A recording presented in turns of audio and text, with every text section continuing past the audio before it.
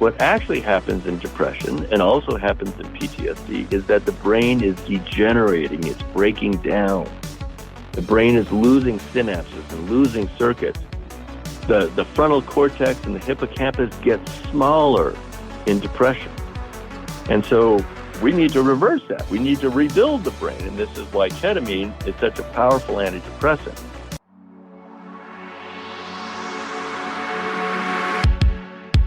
Welcome to OTR, Over the Rainbow, Achieving Mental Health for Real. This podcast offers hope to many people who needlessly suffer from mental health issues. Your host, Bob Adelman, brings you information on how you can recover from any mental health issue and achieve a happier life. If you want to know more, please check out his trailer. Welcome to Part 4 of Real, the best of OTR in 2023. Stay tuned at the end for a message about what's coming up in Season 10. Our first guest is Nicole Kerr. In the episode You Are Deathless, the hope you were looking for. She wrote the book about her near-death experience called You Are Deathless. A near-death experience taught me how to fully live and not fear death. You'll want to listen to this one. Here is the story. And he wanted to take advantage of me sexually, and I started freaking out. I was like, no, we got to get back. And that was the last thing I remembered until I woke up in the hospital in the ICU the next day. And my memory, Bob, came back 19 years later. Wow. Now, isn't that ironic? I die at 19 and my memory comes back 19 years later. And you didn't remember a thing about the accident for 19 years? Bright white lights. That's all I could remember was these bright white lights. And I asked the surgeon years later, I said, could these bright white lights, I keep remembering them. And that's the only thing. And I said, could they have been the operating room lights? And she said, absolutely not. You were totally unconscious. And she said, I think it's something else. And of course, when my memory came back and I remembered what happened, that is when Raymond Moody, who coined the term near-death experience, he says that this bright white light, this tunnel of bright white light that people talk about when they have a near-death experience, that is the most common element for all NDEs. And I actually went to Starbucks, got my usual order, and I was on the way to work. And all of a sudden, I remembered exactly how I was sitting in the Corvette. It was a 1965 Corvette convertible. The top was down. We did not have seatbelts on. Wow. And needless to say, I had one leg up on the dashboard. The other leg was crossed over. So now it made sense why I cut off, almost completely amputated my left foot. I cut up all the insides of my thighs and vagina, sorry to be graphic, but the vagina area. I severed my right wrist. I broke my pelvis. So that whole part of my body from the waist down took a huge hit. But my spine and my brain were intact for the most part. I had a severe road burn on my face from skidding on the pavement. So I shaved off a couple of layers of skin there. And I was pronounced dead at the scene. My right eye flinched and my pupil dilated. And at that moment, he knew there was some sign of life in me. He just hoped that he could keep me alive. And I don't know, Bob, if you've heard the phrase, the eyes are the window to the soul. Yeah. At that point, my soul had left my body when I went through the windshield. And my angel, who I now know is my grandfather, picked me up and took me up to another space.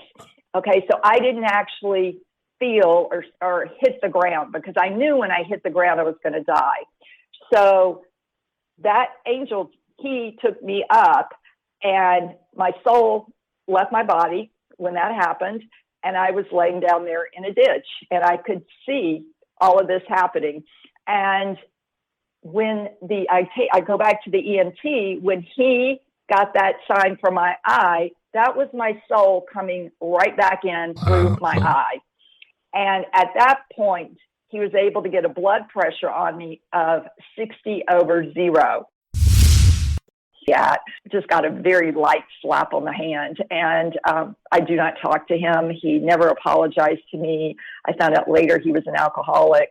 And it just was really, I just wanted to ride back to the academy. And that's what I thought I was getting. And needless to say, when my memory came back, I remembered in detail what happened. I mean, and I talk about this in my book, You Are Deathless. Did everything come back all at once? Was it just 2 days? Okay. Well, actually, the actual going over to the other side was 2 days. Okay. I went directly to see my chiropractor after I remembered me sitting in the car, and I didn't go to work that day. And he worked with me. It's called Repressed Memories. And he did some body work, and I started remembering with his guidance, here's what's happening. And then I had gotten to that point. We have a lot of souls that are leaving the planet right now. And this is a time for people to start looking at death in a positive way. And that's why I talk about, the 10 common lessons from near-death experiencers. And the first one is we do not die. I am here to tell you that the body, the physical body, yes, it decays, it dies. But once you die, your energy body, it opens up and your soul goes right straight up. So it's important for people to understand that if they're fearing death, they're not going to live. They're not going to really live life because they're always going to be in fear. And fear is a very low vibration. And if that's running your decision making, you're not going to make good decisions for yourself. And there's another part of healing that a lot of people don't know about, and that's called soul loss. And I don't know if you're familiar with that as well. No, I never heard that term. What's that? Okay, What's that? so, well, we all have a soul, okay? And when the crash happened, parts of my soul left me. And how do I know that? Well, there's 3 symptoms. I didn't want to come back here. And I said that on the other side. When he said, my angel grandfather said, you're going to go back and you need to tell people not to be afraid of death. I was like, oh no, I don't want to go back. I don't want to get in that body because first of all, the body is going to be painful and a lot of suffering because there's a lot of injuries. Second of all, I'm going to go back to a state of infancy where I'm going to be dependent on my mother and father again because I can't even walk or go to the bathroom by myself. And thirdly, I didn't trust the God that they believed in, that concept of the God that they raised us with and still believed in. And I didn't want to go back and be told I got to go back to, this church again and sit there and listen to this message that I don't, at some level, did not believe in. Being true to yourself and others is a godlike act that we have to stop spinning, lying, justifying things. Absolutely. Yes. And there is something called spiritual amnesia, and there's something called spiritual bypassing and spiritual abuse. And that goes in there with mental abuse as well. But those are terms that have not really been talked about, and we can spend a whole show on those alone. But I wanted to just go back to the soul loss, if there's anybody there. It's a low-level, consistent feeling that something is missing. I have had a low-grade depression. It's part of my PTSD since this happened. And it's interesting to note that many of your compulsive behaviors and addictions fall into this statement. And now for me, I can clearly see the link between my compulsive eating, binge eating, but it wasn't called binge eating back in the 80s. And that lasted for 20 years until I got married. And my feeling of emptiness, it was just because I had no connection with the spiritual realm, God, anything. I was just trying to go forward on my own. And lastly, I cannot get over it, this trauma. I just can't get over it. And for me, I just felt stuck with my chronic health conditions and hypervigilance, above all, about keeping myself safe, the need to control my environment and myself so that something like this would never happen again. And my soul left me as a means of self-protection. And I really wish I knew earlier that although this was unavoidable or necessary at the time of my trauma, neglecting that hurt, fragmented part of my soul and going on with life with it fragmented has led to other problems such as the depression. And everyone is fragmented. Everyone has an insecurity that's deep down. I call it the first layer. That's pure fear. That's pure fear. And above that layer, you have different acts that they do to make themselves feel better, like physical or making money or sex or anything. You have this layer that they try to cover up the first layer with, and then on top of that we have addiction, which is another form of covering up. There's nothing outside of yourself that's going to fix you. You have to do the work, and it finally comes. It shows up last in the physical body, but you start the work at the spiritual, emotional level. You do all of that work, and then finally your body, once you get those pieces in alignment, your body starts turning around and healing. I used to worry so much about, safety and needing to control things. And now I'm just free from that because I know if it's my time, I'm going to go, and I'm okay with death now. And I just know that I'm here for a reason, and I'm just at the infancy of that. And I'm just grateful that you put me on your show today. And I hope I've helped someone. You can check out my website at Nicole Kerr, KERR.com. I'm on Facebook, Instagram, LinkedIn. Make sure you check out Nicole Kerr in the You Are Deathless, the Hope You Are Looking For episode. Nicole's links will be in the description of this real Part 4 episode. Let's shift gears to talk about handling relationships and other issues with ADHD as I talk to an old friend, Natacha Marianczuk, in the episode Don't Dim Your Light, ADHD Issues and Relationships. And today we'll be talking about ADHD relationships and some of the hardships that we go through. For instance, I think we find it difficult to learn by just memorizing details and the conventional cookie cutter way they teach. Natacha, do you agree that there's problems in these areas? Yes, Bob, I do. And it has been a struggle since I am a child, and thanks to the medication, it has helped me a lot, and it was a game changer for me since I started the medication. But also, there is a lot to consider with the medication. It's like nutrition is very important. It's very important to feed your body as you age. It's very important to take your supplements. It's very important to have a diet of high protein each day. You know what? I eat chocolate chip cookies, ice cream. I really have to do what you're doing. I think that would help me. I don't know about a lot, but it would help me. And God, I need help. My main problems is that you can't explain this problem to other people. They're basically, we don't care. We can't do anything. We don't believe you have it. You're a narcissist.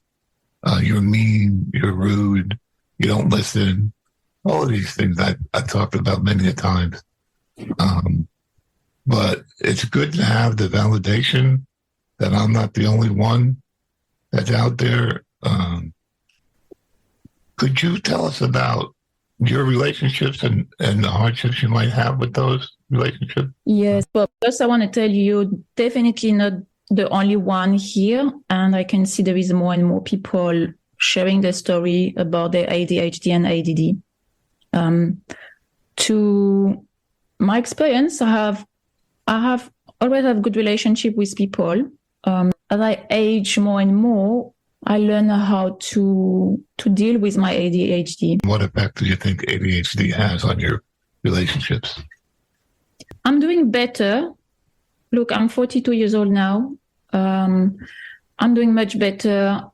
The thing is, like, when you are ADD and ADHD, you cannot connect with anyone. And that's why maybe some people, they find nobody understand them, because you have to find your tribe. You have to find your community where people are like you. And there are many, many of them. Now, more I express myself and more I find people like me. It doesn't mean they're going to have the same brain, because we all have a different brain. We all function differently. And what works for me will not maybe works for others. I'm very careful about my relationships, the people I hang out. The thing is, like, you have to set your boundary all the time with people. And if you stay with people who judge you because of your behavior, which is linked to ADHD, it's not a good environment. I have been always selective with the people I talk to and very careful. And more you experience that, and more you know what people you have to talk about it or not. So I find it extremely difficult to explain this problem to a person that doesn't have it. Yes. It was also my battle and my big struggle when I was younger. I mean, when I was child and teenager, I didn't know what was wrong with me, why I could not understand, and why I could not find any connection with other people. And I could not understand why other kids and students were doing well at school. And me, I was not even interested. I was not finding any interest, any motivation going at school, because I did not have the capacity to understand the instruction, just a simple instruction. I did not have the capacity to follow what was taught at school.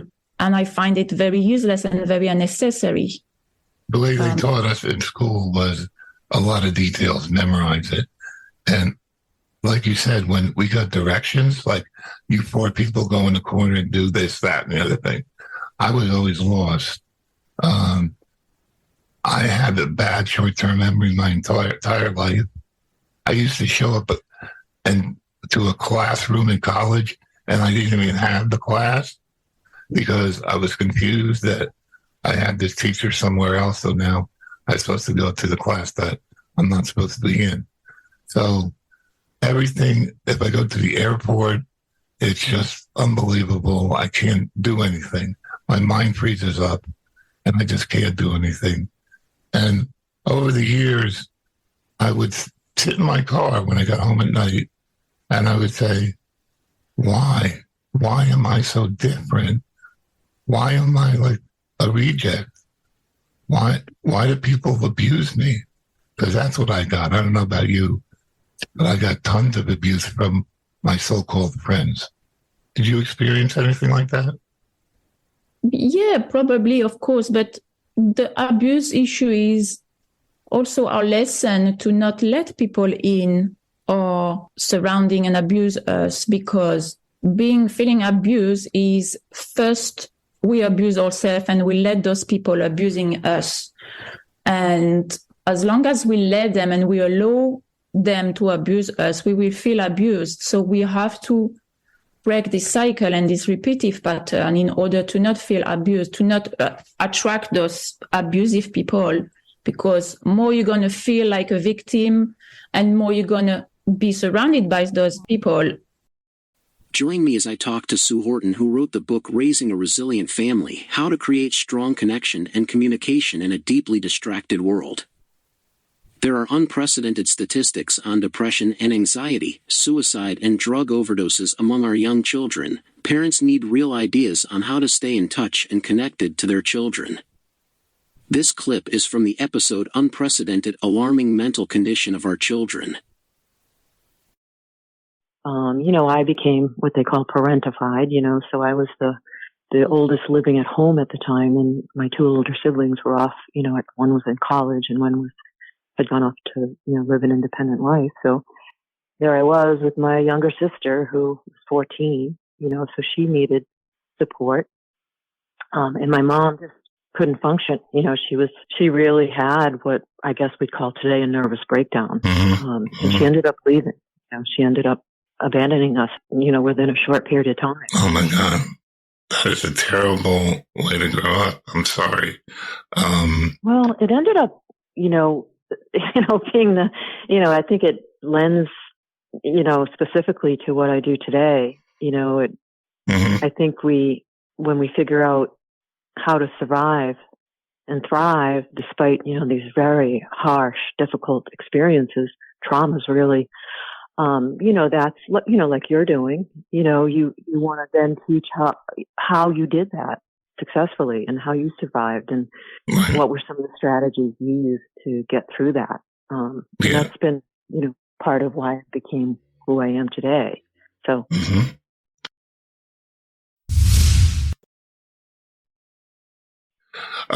What is the name of your book? It's called Raising a Resilient Family.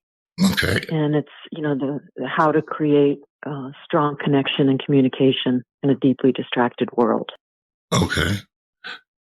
And I read that it caters to teenagers. We had a girl on the show called Amy, and she would cut herself, and her whole body was cut up. There's so much self-harm, so much suicide, so much mental disorders where people don't know what to do. So what does your book go into as far as helping parents and other people try to reach these teenagers? Yeah, I have a big belief that finding passions and purpose in your life help you heal and move forward from disappointments and distractions and traumas. So I really invite parents to and kids to really look at what it is they're inherently good at.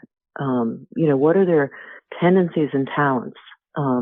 What do they do while they're doing it that they don't experience the passage of time, for example? And you'll find that if you ask that question, most teens have something they can point towards. And I'm not talking about video games, by the way, or, any sort of substance use or social media. I'm talking about things that, while you're doing them, you're completely engaged intellectually and you're challenged in some way to improve somehow in that effort. And it engages you in a way like nothing else. And again, you don't notice the passage of time because you're so involved with it. And it, it can take the form of a creative endeavor, art, music, writing, dance. There's just been so much research on creative behaviors and activities actually help us move out of an anxious moment more than any other kind of activity and endeavor. So I always encourage kids, when they're having a moment of panic, if they paint, if they play an instrument, if they sing, dance, whatever it might be, if they write, they journal to help them. Those, by moving into an activity like that in a moment of, an anxious moment, it will move the mind into another part of the brain and it'll calm you almost instantaneously. There's all kinds of breathing techniques that in DBT and those kinds of strategies that also work, being in the moment, being mindful of what you're feeling and, you're getting your senses lined up with the present moment also helps, with an anxiety, experience. However, I have worked with so many teenagers in, a residential setting where we would, try different things like creative, experiences, and physical ones too, like hiking and wilderness type, strategies and challenges that, there's something about engaging the mind differently in the moment that will shift you out of that, that place of high anxiety John Lee is back. He helped me with 2 other episodes, and now we discuss lies, chasing truth. This episode talks about the lies people tell with an emphasis on justification, the most damaging lie of all. When people lie to cover up which would normally be morally wrong. Enjoy these clips from Lies Chasing Truth. How you doing, John? I'm well, Bob. How are you? I'm doing great. Today, I wanted to talk about lies with you. If the audience remembers John Lee, we did a couple of shows with John a while back in December of 2021. It was What is the Meaning of Life? We also did the show, What is Consciousness? Can it be reproduced? What do we do with it? So we got John back again because I was trying to get this done by myself, but it was getting too preachy and too monotone. So I figured a conversation would be better. The topic is lies, untruth. John, do you want to make an opening comment about lies? I guess the first thought is there may be this preconception out there that maybe all lies are bad. I don't know. I don't think all lies are necessarily bad or morally wrong. I think some white lies, some small lies we tell as a form of politeness, of social convention, to be kind to one another, to smooth social interaction. So I don't consider those things morally wrong. And that segues right into what I wanted to try to do with this is there's so many lies that exist, they had to categorize it, or I have to categorize it. John was speaking about the white lie, which is typically if somebody asks, how are you doing? Even though you feel miserable, you might say, I'm doing okay. The other one we like a lot is exaggeration. And that's pretty much just a lie, but it's like a used car salesman. He's going to exaggerate every part of the car. So it's not a direct lie. They also call that like a spin. So, bending the truth. Yeah. Political people do a lot of spinning. You know, they have a spin room after a presidential address, for instance. And, so I think that we do a lot of spinning and exaggerating. One of the things I think we exaggerate is ourselves. Would you agree with me on that, Joe? Oh, absolutely. Yeah. I think the thought that comes to mind is at the moment is everything we do is motivated. Setting that premise, white lies tend to be motivated by kindness, to not hurt the person we're speaking to smooth an interaction, etc. I think exaggeration can go both ways. A car salesman that's trying to get a sale, they're motivated by profit. They may exaggerate the truth to win that sale, and that may not be the best motivation. If they're stretching the truth beyond reality, that would be, I think, morally questionable. But again, I think the motive is what matters. If your motive is good, then exaggerating the truth can be okay. Yeah, I think when you talk about sale, a lot of it has to do with, I guess, I'm searching for integrity in a person. Propaganda. Now, to me, propaganda is an exaggeration, but it's a specific type meant to, usually in a government, will hand out propaganda, but it could be other people. But mostly it's a large group that wants another group to believe something. For instance, that all Russians are bad. Back in the 60s when we had the Cuban Missile Crisis and, of course, the Cold War, we want to make people believe a certain group is bad. Back in WW2, all Japanese people hated Americans, and Americans hated Japanese. Not all. I can't say all. But a large majority were motivated by their hatred of the other group. Okay? It may have been what I'm going to get to next, which I think is the most damaging of all lies, in my opinion. on a humble is justification. I think that's a real big one. In other words, what can you say to yourself or others that will defend something that probably is morally incorrect? Mm-hmm. In other words, a good example of that is American Indians. When they weren't Americans back then, they were just people, Mm-hmm. and we pretty much eliminated them, but we still hated them. Same thing happened with Nazi Germany. I've got a couple of thoughts rolling in my head, but the first thought I had was around the Nazis. There was a quote that I remember where someone said, the Nazis first killed the Jews because they hated them, but then afterwards they started hating the Jews because they killed them. So there's an idea there around our behavior also fueling these emotions. And then the other thought was going back to one of the first points is all communication is motivated. Just realizing that, and propaganda is just another form of motivated communication. I'm just realizing that, like, there's no neutral communication. Very little. I think maybe if you get to know somebody really well or love that person, you tend to just tell them the truth about yourself, what your fears are. Yeah. How about integrity? That's a big word, integrity. I mean, if you watch TV, all right, we know what integrity is.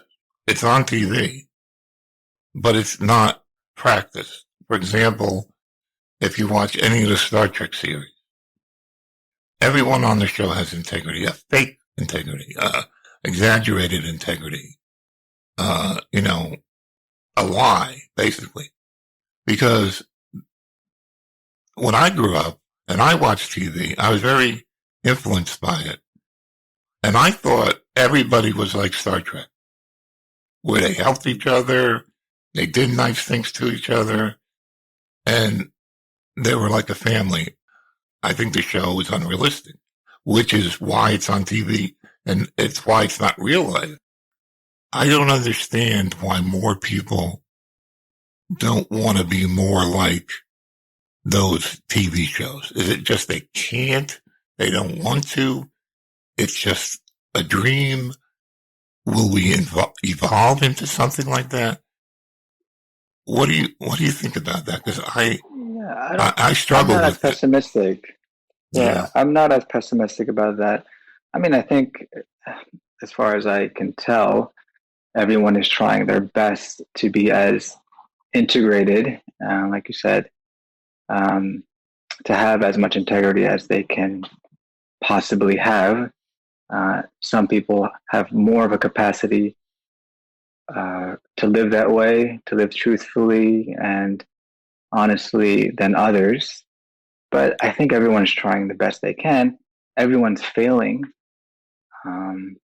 But I think very few people have given up altogether on trying to be quote unquote good people. I guess I struggle with understanding people that don't want to reach the truth or they put other things ahead of the truth, which like money and power. That's the thing I have trouble with. Whether you believe in God or not, to me, truth is the holy grail. A word that's coming to my mind is self-worth. I do think everyone is searching for self-worth. So that sense of I am a somebody. I have done something, or I am significant. I have worth. I think everyone is in search of that. And you're right. I think everyone is going to look for that in different ways. I mean, the big one is money. The big one is, okay, if I have X amount of money, then that's like a very easy way to justify my self-worth. So I do think human beings are cursed in that way. We're always searching for something outside of ourselves to give us that self-worth, and we're never going to get it. But is it other people? Like, is it other, like, what was Adolf Hitler's motivation? He needed love from everyone, I guess. Is it what we, do we seek the love? Or is it just the thing? I think it's different for everybody. Yeah. I think some people will search for self-worth and power. Money also gives people power. So again, like it's interesting that Jesus said you can't serve both money and God. Mm-hmm. So that phrase comes to mind pretty often because it's such an easy one to fall into. Like, I know we always look for ways to make more money, thinking that or that's get power.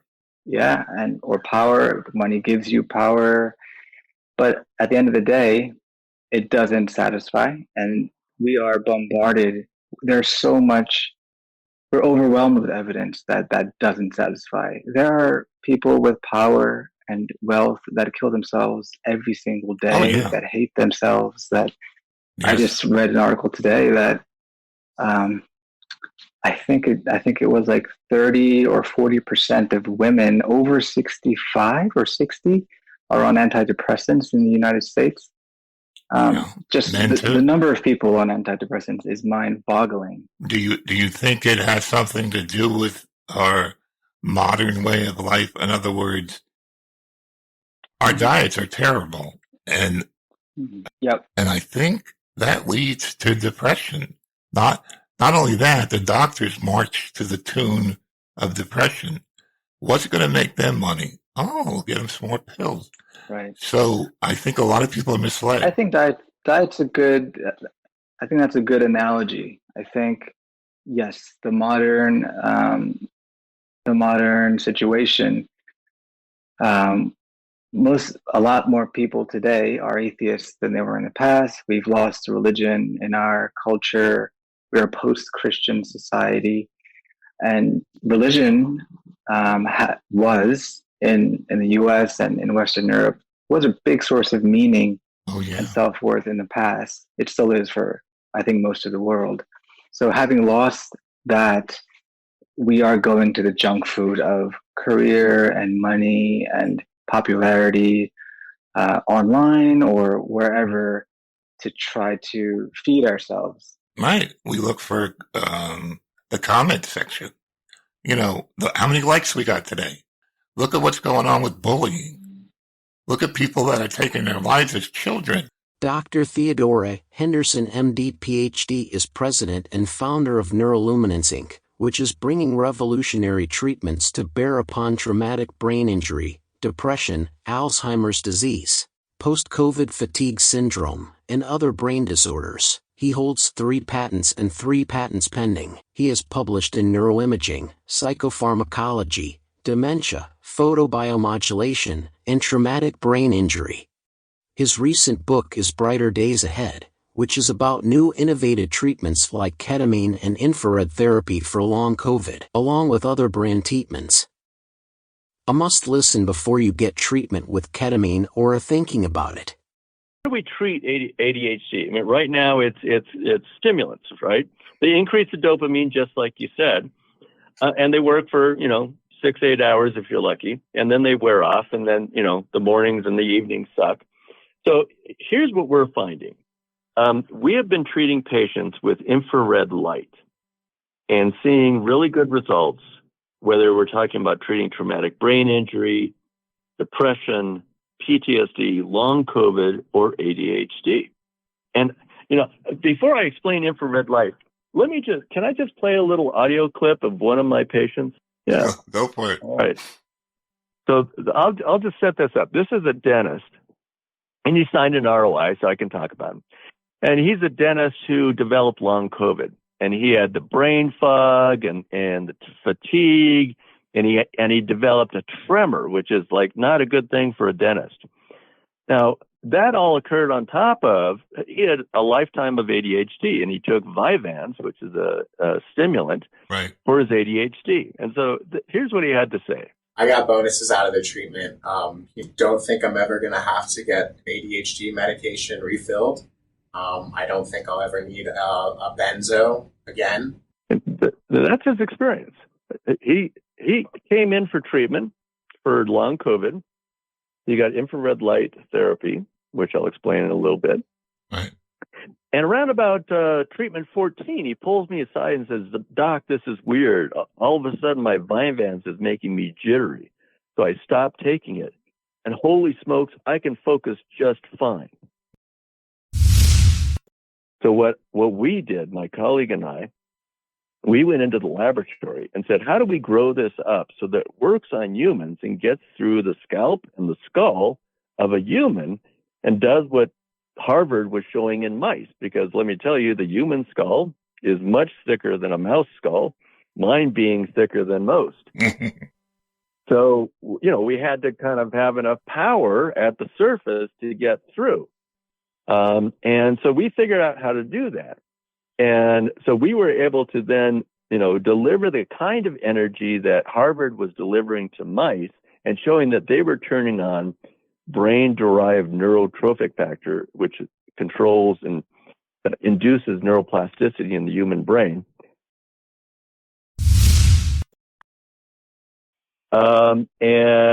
We treated him, and he went from just being a mess. He couldn't hold a job. He was about to get divorced. He was financially ruined. And now he's, a successful electrician working for the local brewery here. He's been doing great for 10 years. Now, would someone have to go in for this? They must have to go in a local laboratory of some type. Yeah, it's a hands-on treatment, and it's a 20, 30 treatments, hands-on, twice a week, takes about 30 minutes. But you do have to be present. I can't beam the laser through the computer. So I would have to fly to Colorado, or how does that work? Yep. And we have patients doing that all the time. We got a patient coming in from Florida this week. We got a patient coming in from Canada next week. People fly in from all over. How long is the process? So, let's. It depends from person to person. So let's pick an average. The average patient gets about 20 treatments. So if we're going 2 treatments a week, that works out to about 10 weeks. If we really press it and they can tolerate 3 times a week, then, we can do it in a shorter amount of time. Let me explain a little bit about ketamine in the first place. So ketamine is a dissociative anesthetic. At low doses, it feels like you take a step or 2 back from yourself, and you can get some perspective on yourself. At bigger doses, then, you trip out and, you see, pink elephants and, all sorts of floaty things. And then if you get really, really big doses, it basically acts as an anesthetic and it knocks you out. Now, ketamine is a very, very safe anesthetic. It's the most commonly used anesthetic in children's hospitals. And the reason is that it'll knock you out, but it doesn't suppress your breathing. And that's an important thing. Now, the discovery that ketamine helped depression came about 12 years ago, 13 years ago.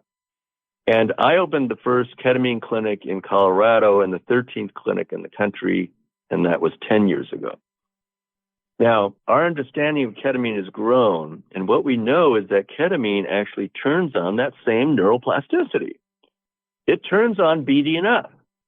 And in fact, it's the most powerful chemical that can activate BDNF that we know of. What's BDNF? Is that dopamine? It's not dopamine related. It's really more related to turning on the brain's own ability to rebuild itself. Okay. Because what people don't understand is that, we're all taught, depression is about not enough serotonin or not enough dopamine. And that really has been disproven. What actually happens in depression and also happens in PTSD is that the brain is degenerating. It's breaking down. The brain is losing synapses and losing circuits. The frontal cortex and the hippocampus get smaller in depression. And so we need to reverse that. We need to rebuild the brain. And this is why ketamine is such a powerful antidepressant. Now, the problem comes in that the average ketamine clinic, and these days you can't swing a dead cat without hitting a ketamine clinic. They're all over the place. Every Tom, Dick, and Harry decided to open one. The problem is that they're all following this protocol of giving ketamine 3 times a week for 2 weeks for a total of 6 treatments. Now, the problem with that is that it ignores the fact that how ketamine works is by turning on neuroplasticity. And neuroplasticity takes time. I never, ever, ever treat a patient more than once a week in 10 years. In fact, it's often week 1, week 2, week 4, week 7. And the average number of treatments that my patients get is 4.3. Not 6, not 6 plus boosters, 4.3 in their lifetime. Depression's gone. Thanks a lot, doc. Have a nice life. And why is that true? It's because I respect the neuroplasticity. I respect that it takes time for neuroplasticity to happen. And that's why these ketamine clinics do something really wrong, and it wastes a lot of ketamine. That's to do these 6 infusions in 2 weeks. Now, the second thing they do wrong is that point you hit on. Oh, I don't want to go and have a bad trip, doc. Well, here's the reality. To turn on neuroplasticity, you don't need to give high doses of ketamine. Low doses, the starting dose, 0.5 milligram per kilogram over 40 minutes, that is enough to turn on neuroplasticity. That's what I've done for 10 years. These guys that now, there's a myth out there. Oh, you have to hallucinate to cure depression. That's nonsense. That's poppycock. So these guys who are out there giving 1 milligram per kilogram, 1.5 milligram per kilogram, all they do is make people sick and upset, and they don't make them better. Is this something that could be done virtually? Ketamine? No. Okay. And I think that's malpractice because ketamine has very rare but very serious side effects. And so when I administer ketamine, I have a nurse anesthetist, a highly trained nurse with advanced training in anesthesia. They sit in the room the entire time taking Q5 vitals. Now, thank God, and knocking on wood, I've never had to pull out my crash cart. I've never had to pull out my defibrillator. In 10 years, hundreds and hundreds of patients, but those remain real risks. That ketamine administered with no medical supervision, it could be harmful. Could you take us through a trip? I mean, what does it feel like to take the medicine? Well, Ketamine. I had, for about 8 years, I had not ever, I had no experience with what ketamine felt like. And one of my colleagues said, "Hey, look, you are giving this to patients and you have no idea what it feels like. You need to test this out." So I had one of the nurses administer ketamine to me one day in the standard protocol. So I can tell you my personal experience. The first 10 minutes feels a bit like, 2 shots of vodka, a little tingly, a little relaxed, a little woozy. And then you start to kind of get in, kind of go inside. And so I was seeing swirling colors and hearing sounds that sort of were like whale song, that was my personal experience. And it's at that point, my friend, that I began to worry. With all my training, I began to worry, oh gosh, what if I go to some bad place? What if I go to some bad, atrocious memory that I have? Oh my, that could be terrifying. So I'm thinking this in my head. And I said, hold it a second. I'm in control of this. I can go wherever I want. And so I said, let's go to a happy memory. And I picked the happiest memory I have. And so I got to go back to and relive in beautiful, wonderful detail and slow motion and just relish this beautiful experience. So it was amazing. It was wonderful. And then, the infusion ran to the end, and I started to drift away from that, and I started to become aware of the blood pressure cuff on my arm, and the feel of the infusion chair under me. And, 15 minutes later, I'm up and back to, doing stuff, making phone calls, shuffling paper. It was a beautiful experience. I have such a problem with giving up control. I'm very control oriented. One of my biggest fears is that I guess I'll lose my mind. I don't know what I'm thinking, but it's a fear. My biggest problem was fearing fear.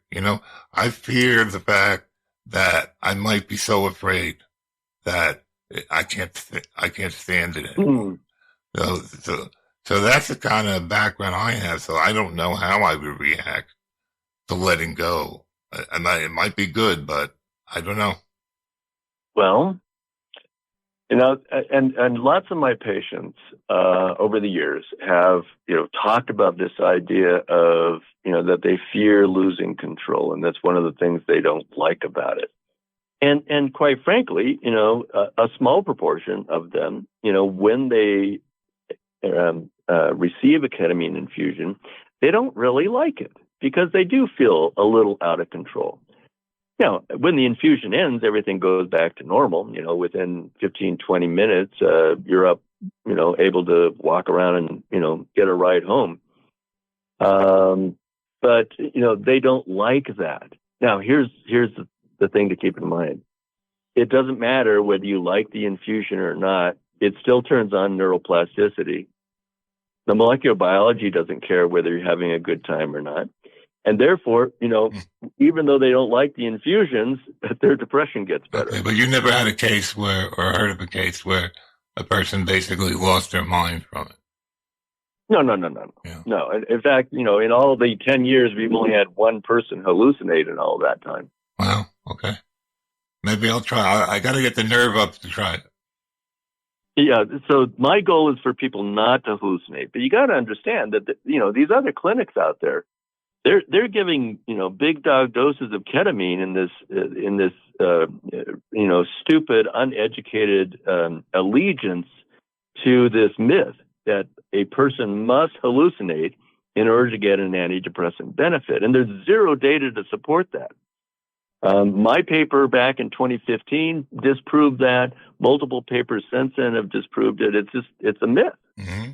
But a lot of people adhere to it. So you go to, Joe Blow Ketamine Clinic there in New Jersey, God only knows. But, tell them not to go above 0.5 milligram per kilogram. Okay. That's the one place, You have control over the dosing. You can say, look, don't go above that, Gotcha. And so it doesn't matter where you are in the country. To all of your listeners, it's like, don't let them tell you that you had to have a horrible experience. You can have a nice experience. 0.5 milligram per kilogram turns on the molecular biology just fine. Great. I mean, that's a very good description of it. Do you have a website where people can look at all the different treatments that you offer? Absolutely. Yeah. So it's www.neuroluminance.com. I'm going to spell that. Neuro, Neuro -luminance, LUMINANCE. And a lot of what we're talking about, I describe in my book, which is available on Amazon. Right. I was just going to ask you about your book. Yeah. What is the name and what is it about? So it's called Brighter Days Ahead: Leaving Depression Behind Through Innovative New Treatments. And in many ways, we've already talked about the book. I talk about in the book. I make the point that depression is not what we've been told it is. It's not about serotonin. It's not about chemical imbalances. That's hogwash that we've been fed for years. I use ketamine as a model, but I spend, a lot of detail on ketamine, talking about, how ketamine works. I have a whole chapter on frequently asked questions about ketamine, ketamine and bipolar, ketamine in this medicine or that medicine. How's it compared to TMS? How's it compared to shock therapy, et cetera, et cetera? I also talk about, choosing a clinic. You don't want to choose a clinic that after your infusion, they, kick you out the door and you end up curled up in the hallway of the building, passed out. You don't want that experience. But, this is experiences that patients and reporters and other people have told me about over the years. And I capture some of that in the book. I also talk about what it means if ketamine doesn't work. Okay, because everybody, that's their worst fear, right? I'm at the end of the line. I've tried everything else. I'm going to try this crazy ketamine stuff. God only knows. And then they worry, what if it doesn't work for me? Well, it doesn't work for 28% of people. And what's the reason? Well, the reason is that they have something else causing their depression. Remember at the beginning, I said, these psychiatric terms are garbage pail terms. Depression isn't one thing. You could be depressed because you have a traumatic brain injury. You could be depressed because you have an infection in your brain, a viral infection in your brain. You can be depressed because you have a tick-borne illness that is causing psychiatric symptoms. With COVID is a good example. I think people got depressed. Absolutely. They got long COVID. And, Yeah, absolutely. Yeah. But the conventional medicines do work to a point, but they seem to kind of give up at a certain point. And they bring you out of a bad depression, but as far as making you a content, happy person, they fall a little short. Absolutely. I recently got into a alternative medicine called Pramipixel. Have you heard of it? Yeah. It is supposed to produce more dopamine, and it changed my life in a way because it got rid of my apathy and it got rid of a lot of my depression. But I believe it actually increased anxiety a bit. Mm-hmm. But I mean, it's good medicine. I mean, it's excellent. I don't think I would have gotten through the last couple of years because they've been very bumpy without that medicine. Mm-hmm. It was like a godsend, and I can't imagine feeling great the whole day. I have happy moments. I'm super better. I'm much better than I used to be. Mm-hmm. But there are still times of the day, like midday, like now, where I'm not really myself. Mm-hmm. I'm either sleepy, I fall asleep, and so there's no exact. At night, I get tired, so then I get depressed a little bit. So the morning is great, the afternoon is not that great. Part of the night is very good, but then late at night, because I'm not ready for bed, but my body is, I guess. So there hasn't been a permanent solution. And I talk to a lot of people, and a lot of people can't find one where you don't have these episodes. You don't have the demons on your back. I mean, I'm constantly being attacked by, not voices, but just memories or emotions that scare me. And, I do my best to be brave through them, but I went through a couple really bad depressions, and I don't want anything to do with that anymore. And hopefully I'm in a safe area, but I'm almost willing to start going after the other alternative ideas like ketamine. And I think a lot of people out there are very interested in this as well. So I really have to thank you for coming on and explaining all of this. Next, I speak with Elle about the many issues of ADHD. Elle talks about ADHDers' need for fun and gives a lot of great advice on how to make the life of a person with ADHD easier and how we can come to terms with the issue. Elle is an executive coach and performance optimization speaker with a subspecialty in ADHD coaching. Her specialty is presenting serious issues in a humorous and engaging way. The episode is called ADHD for Real: Practical Advice for Coping with ADHD.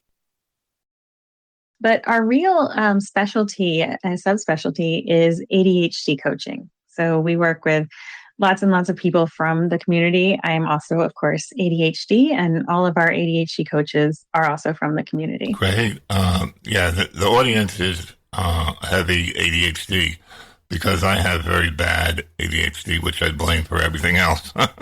So when you were growing up, what was your environment like as a child?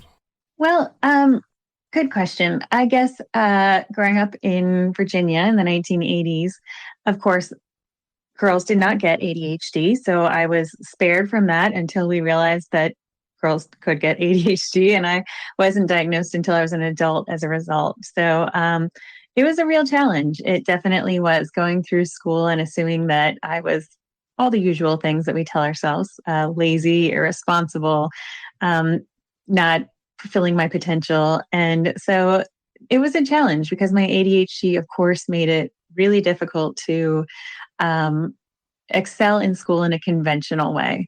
I was lucky that I didn't particularly need to study, and I kind of did everything last minute and it worked out okay. Even all the way through law school. I was a lawyer for almost 20 years, but once I understood ADHD, everything became just so much easier. When I was a child, they didn't even hear of anything like ADHD. You know, it was like, you know, I'm 65, so it was like World War II parents, you know, they don't, mental health, oh, what's that?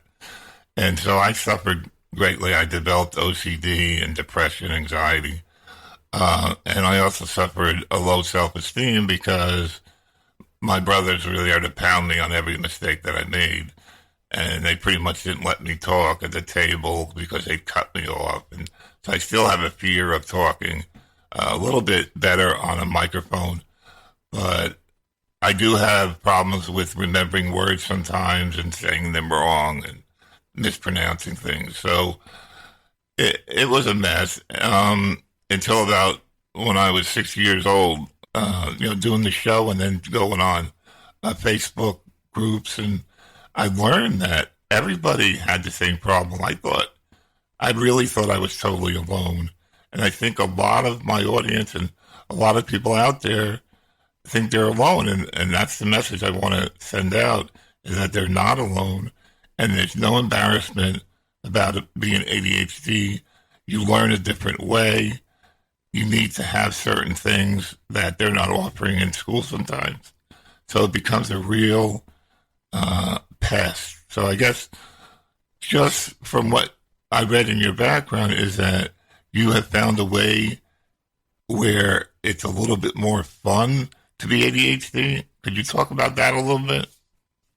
Yeah, absolutely. And first, let me just agree with everything you just said. I definitely went through that myself when I was training as an ADHD coach. The light bulbs just constantly were going off, understanding the things that I did and how they were completely normal for ADHD people. And I really think as a coach, that's one of the biggest things that gifts I can give to my clients in the early days of our sessions, is just letting them know that things are totally normal for our community and there's nothing wrong with our brains. They just work differently, which is part of how I went down the road of finding a more joyful life for myself and really appreciating and accepting my ADHD. As I said, I used to be an attorney. I was a litigator, a trade negotiator, which was incredibly detail-oriented, sort of solitary work and just not really well suited to my brain. So I made a huge, huge career change, and I've changed pretty much everything so that now my business is very ADHD friendly. I've set up my physical environment to be ADHD friendly. I've just made all these changes. And I'm really, really glad you used the word fun, because it's the one thing that I always ask clients. I say, are you having fun? And most people can't answer the question. They have no idea what they do for fun. If they're having fun, they never think about it. And I always tell them we have an interest-based brain. And one of the things that our brain craves is fun and, of course, interest. And so adding those things into our lives is the most positive way to lean into ADHD strengths and to help us really excel and find happiness, essentially. Next, I speak with Michelle Shakina, author of the book From the Floor to the Door. This is about domestic violence, which is a big problem that goes silent when a person is trapped and dependent in a relationship. In 1997, Michelle married who she thought was her fairy tale, knight in shining armor. In 2014, her life started to unravel.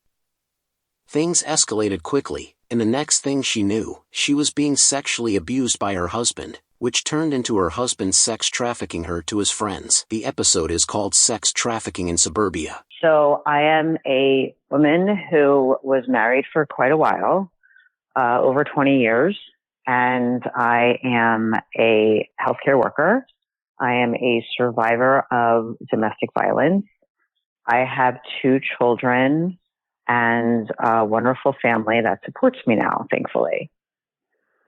Being a survivor, what happened was I was happily married, or so I thought. I was happily married for a good 16 to 17 years, and then something changed. I realized that there were things going on kind of behind my back or to the side with my former husband that didn't seem right. And I had spoken to him, and then I found out that he was using drugs. Oh, boy. And yeah, and here it was, I'm raising a household. I'm supporting him with his businesses. I had some of my own. I was, a PTA president. I was a room mom. I was a community volunteer. I was doing all of that. How old were your kids when you found this out? My kids were in their teens. They're adults now. They were in their teens. Okay. And so I was, at that time, a different person than I am now. I was very much a people pleaser, as everyone says now. It's like a key phrase. Mm-hmm. I did not have the confidence because he was really and is still very, very smart. He did what's called grooming, which means that he created this facade of who he was with me. He knew all of my insecurities and exploited them, not only, in front of me, but to other people. And he made me very dependent on him as far as emotionally, financially, all of that, because I was a stay-at-home mother. Even though I had a professional license, we had agreed, or mostly he had agreed, that I would not work because that's part of the control. So at this point, I had noticed his attention was not as much on me. It was on other people. And as a lot of women do in the situation, I did everything I could to keep my marriage and my husband and my family intact. Mm-hmm. That being said, he took that and he rolled with it. And so he started making me use those drugs. And some people will say you had a choice. And unless you've been in that situation, especially as a woman who's given up all of her power, there's no choice. And if there's resistance, there's abuse. Can I ask you what drug that was? It was mostly cocaine. Okay. And it was something that I had never done. I never knew. I wasn't around it ever. I never saw it. I didn't understand any of it. And I didn't know that he did until he finally told me, oh, I used to do this in college. I was like, what? This is after, again, 17, 18 years of being married to this person. And he never did it in those 17 years? Or? No, not that I'm aware. Did he hide it? He hid everything. I mean, he hid everything, which I have since found out. Either people have approached me with things that were going on, or I have found out through his Venmo account or health insurance, things that he was getting prescribed to him. So for him, it wasn't just cocaine. It was more than that. Mm-hmm. But going back, so what had happened was a very slow progression of him exploiting me and trafficking me to... Really? Yeah. That's unbelievable. To his friends. Oh, no. Yeah. Because it was, I didn't know what was going on. I didn't even know the name of it. He had started off with saying, hey, let's be more adventurous in the bedroom. And again, that woman that gave her power away said, I'll do whatever you want. Just stay here. Just focus on me. Let me be enough. My next guest is Dr. Leslie Dobson. She is a forensic and clinical psychologist who has worked in very dangerous environments throughout the years. Dr. Dobson has spent over 20 years in the assessment and treatment of mental health disorders in individual and group therapy, and criminal and civil law. She now has a private practice, using her education and training from working in a prison, a state mental hospital, and treating high-risk sex offenders just released from prison as a psychologist. She works today mostly with first responders like police and firemen with PTSD and testifies in civil litigations. The episode name is Inside Criminal Psychology with Dr. Leslie Dobson. This is a mental health show, so I always start off with, how was your childhood? Because that has a lot to do with the rest of your life normally. So how would you rank your childhood? I think I had good parts and I had bad parts, but as I get older, I definitely realize that there were pretty significant bad parts that I didn't know were happening at the time. So I reflect on both of those. I was born in Canada. I moved homes many, many times, even before the fourth grade. And I definitely think when I moved to Southern California around the age of 12 or 13, I really started to struggle with the perfection and the pressure of this pretty superficial area. So I definitely felt like an outsider, and there were times where I didn't feel support from my family, and I felt very isolated, and that became depressive thoughts, kind of a dark side where I was more isolated from people and longing for friendships. And we moved schools a lot. We moved homes and neighborhoods a lot. I didn't have a lot of friends. And until I started really engaging in my education in college was when I really understood what friendships were. What college did you go to? I started at Colorado State, and it was fabulous. I loved it there. But then I actually studied abroad to England to finish my bachelor's degree in Northern England in Leicester. Mm-hmm. The Americans call it Leicester, and then the English get very mad at us. That sounds good. I continued on to a master's degree at the University of London, and then I eventually returned back to California at Loma Linda University for a master's and a doctorate in psychology. Terrific. So out of college, how did you start? Did you start a private practice, or how did your career take off? I became very interested in severe mental health because it was really unimaginable to me. I had never been around severely ill people. I had never been in a prison. I had never been in a state hospital. And so I decided that my first experience on the clinical side was going to be at the Los Angeles County Jail. And I worked with a psychologist there to start a clinical experience for students. Okay. And I have to be honest, my driving force was that everyone told me I couldn't do it. Right. So, but you got the job, you interviewed and got the job? Yes, I got the clinical training, so it was unpaid. We don't get paid for a long time. Okay. Were you living at home still? Or I was living at home, and I was actually driving 4 hours each way to get to the jail for the experience. Wow. That's dedication. It was. I had a very old Ford Focus car. It was light blue, and I remember crying in it a lot. Oh boy, that's not good.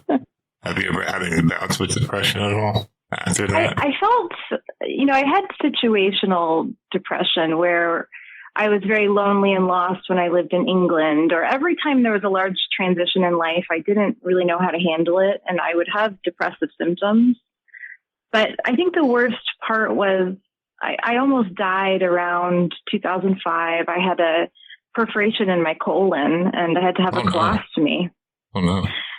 And it's since been reversed and fixed, but I'll never forget. Those were the first and the last times I thought about suicide. And I will always have such compassion and empathy for people who think about suicide, because I have never felt such a darkness in my life. Yeah. Well, it's no fun. I went through severe depression, anxiety. It was definitely a low point in my life. I thought I was going to commit suicide. My sister kind of bailed me out. She had the same problem. It's inherited. So I had to hang in there for months, like six to 9 months it took before everything got a little bit better. But it's not a good thing.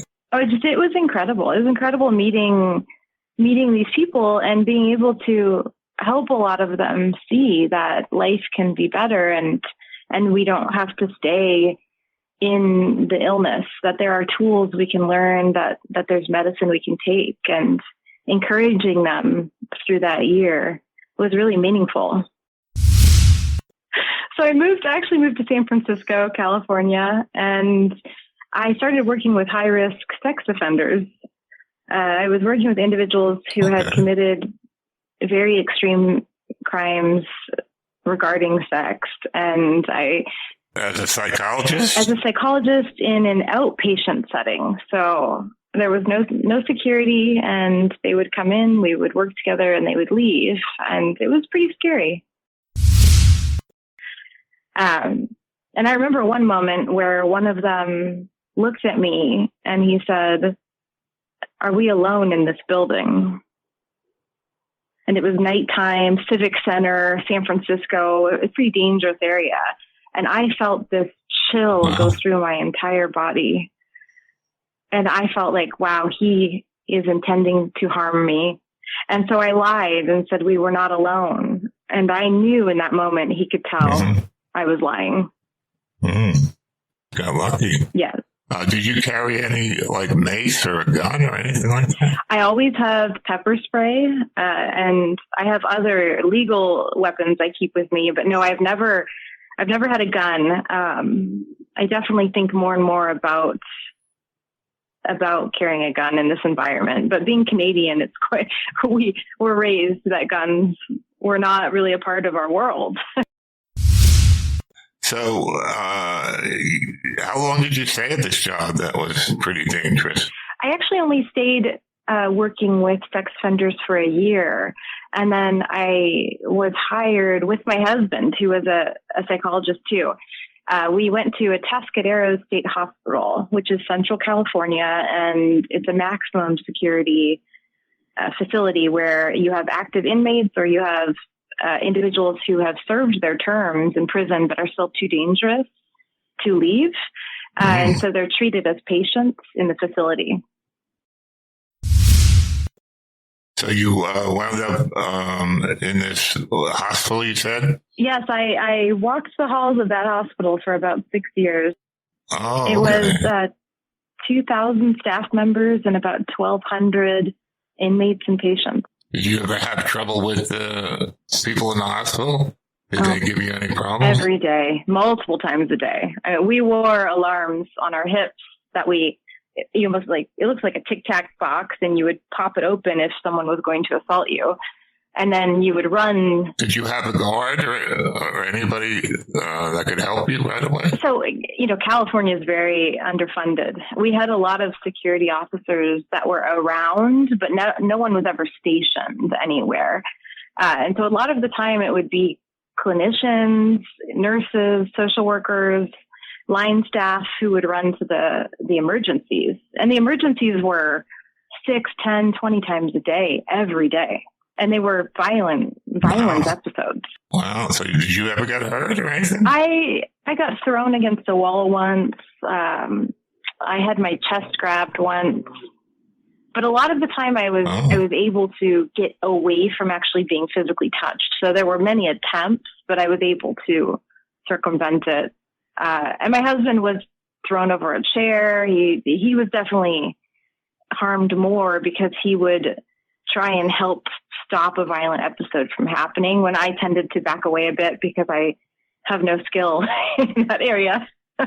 Yeah, I mean, I don't know what I would do, but I'd be scared to death, I'm sure. I was scared to death, and I definitely still have symptoms of trauma from that job. Like PTSD, yeah, sure. Yeah, I don't think I would meet full criteria for PTSD, but I get nightmares. I'm very hypervigilant.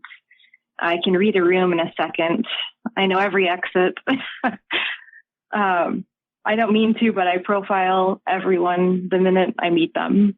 And it's what I learn to keep myself safe. Out of everything? I have to say that's where I feel the most alive and the most connected is just talking with someone and helping them move through their stuck points and their struggles. But if you asked me what I like the most financially, that's definitely working for the court system. I got you. Yeah, that makes sense. I hope you are all caught up on the show. Look for more best of segments at the year's end, covering 2024 and 2025. It is my hope that you found something helpful for your journey. As we move on to season 10, I would like to share some thoughts. This show was created to address issues related to mental illness and the associated stigma and neglect. It is important to take care of your mental health and not let depression dominate your life. Opening up to safe individuals and expressing emotions such as crying can be beneficial for healing from any condition.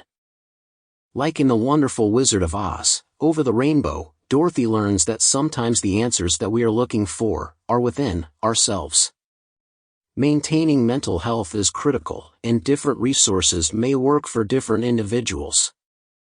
While some shows claim to have all the answers, it is important to recognize that each person's situation is unique. My own experience involves chemical imbalances, and I have found that proper brain chemistry, along with exercise, a healthy diet, counseling, and support groups, are all helpful on the road to recovery. It is essential to seek help if you are struggling with severe depression or other severe mental health issues. Many people suffer needlessly when effective treatments are available. There will be an upcoming show featuring a doctor who claims to have a cure for many mental health issues. It is hoped that advancements in medicine will continue to improve the treatment of mental illnesses and replace self-inflicted harm that many of us use to cope. My doctor found a medication effective for those unresponsive to SSRIs, which significantly improved my condition. While I continue to manage anxiety, OCD, ADHD, and dyslexia, I am committed to helping others find solutions. There are no excuses now for not seeking help for mental health issues. As far as in future episodes, I think I'll stick with the voiceover for intro, since I don't pretend to be a professional host. Since we will never have commercials, in order to help more people, I ask you to please consider helping our show by joining my premium package. I will never take away anything, just adding stuff like a quarterly blog, transcripts with personal notes from me, sweepstake entry, badges, outtakes and more. The premium package will be available March 1st and will clearly define what the benefits are. For only $1.99 a month or just $22 a year. If you change your mind, you will be able to cancel easily at any time. Prices will never go up for existing members. Look for it on my site. Otherwise, think of buying me a cup of coffee at the donate site in the description. This show could be better with any help you can afford. I love doing the show, but I need your help to make a real dent in the beast called mental illness. Which is how we can put this all behind us. Life has its challenges, but there's also much good to appreciate. Recognizing this balance is important. Please continue to strive and take care of your mental health. And keep listening to the experts and ordinary people who share their amazing stories on OTR Achieving Mental Health for Real. See you next time.